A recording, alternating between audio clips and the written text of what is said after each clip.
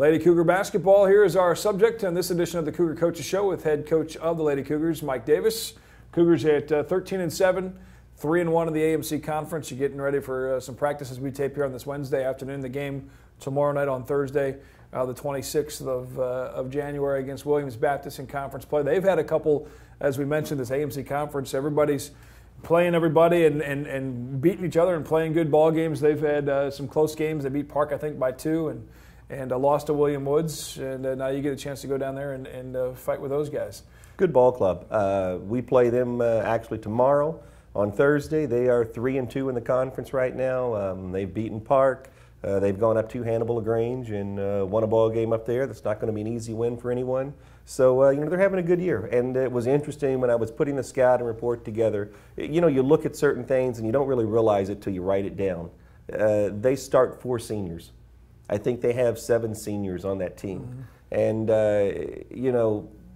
And, I say old coaches, but coaches with experience, let's put it that way. One thing you always hear is you always want to have seniors on your team or this or that. And I think Williams Baptist is kind of that type of a ball club. They have some kids that have been there, they've paid their dues, they've done a lot of things, and now you hope as a coach that after 4 years together, they're at the top of their game. And I think that's what Coach Halford's wanting to get done down there this season. And, she's building that program. And you mentioned with those seniors that lead the way, and you go to their place, and they've been fighting with everybody right there at the top of the conference as well. So you mentioned the scouting report. How does what exactly goes into what you give to the girls as far as that we've heard Coach Washington talk about with the volleyball team of a folder or a binder of some information? Is that similar, or what exactly? For us, a scouting report may go from 2 pages to 4 pages. We really try and condense it where there's not a ton of stuff, because I think sometimes more information is almost overthink it. For us, what we normally do is we'll have one stat page that just has all of their stats on it, as far as scoring, as far as rebounding, turnovers, you name it, percentages. That will have all that. If there are certain stats on that page that we think are really important, those are highlighted. We normally have a box score from their last ball game, so you kind of get to see their last ball game, how many minutes were played by each player. I think that's one thing that players don't always look at. Okay, well, here are their starters, but maybe they have a 6th or 7th kid still playing 25 minutes a ball game, and that player may be just as important. So I think that box score that has all that information on it is very important.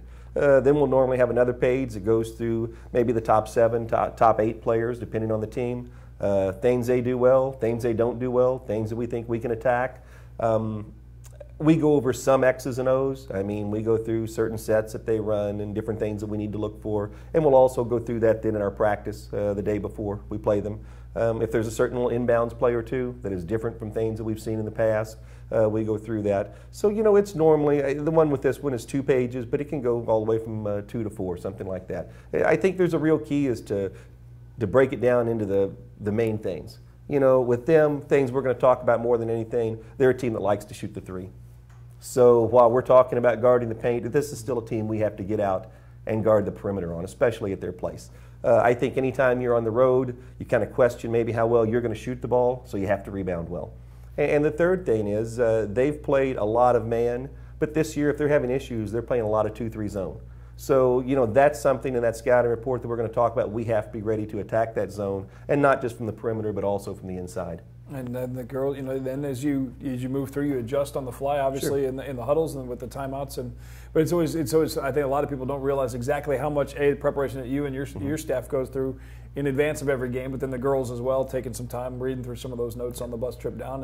And what we do with our schedule now, we take Sundays off. We come in Monday and we'll have a light practice, 45 minutes to an hour. We lift after that, but then we will also watch about a half of their last game. So on Monday we watched, we didn't watch the Hannibal game. I think we watched the William Woods game, if I remember correctly. That may have been their last game. But we watched half of that game with the team. And that's without a scouting report, them just sitting there and being able to watch the game and see things. And then as the week's gone on in practice, we talk about certain things that you've seen, and we work on that in practice. Hannibal LaGrange, your next home game at Southwell Complex. And again, here we go. That's another team that's kind of right there in that mix of the conference. They beat William Woods in a ball game, and so they come here, and they've been another scrappy team over the last few seasons. 2-2 in the conference, a team with a new coach this year, and really a few very, very talented players. They may have the most talented player in the conference, a young lady who was Player of the Week this year, a 6-foot girl who transferred in from Purdue University. They have a guard who played last year at the University of Missouri. So some kids that have had big-time experience, very athletic kids, and when they are tuned in, they are a very, very tough team to beat. I think that's going to be a challenge for us. Trip back from Arkansas, right. Getting in late, short day of preparation and getting ready Sunday.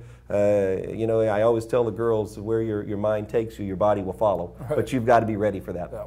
And again, the long trip back from Arkansas, hopefully that's a W. And again, online, ColumbiaCougars.com for the road games. If you can tune in, Rod Kelly does the play-by-play, does a great job with that. We're going to talk, we mentioned the preparation. We'll talk a little bit about your assistants.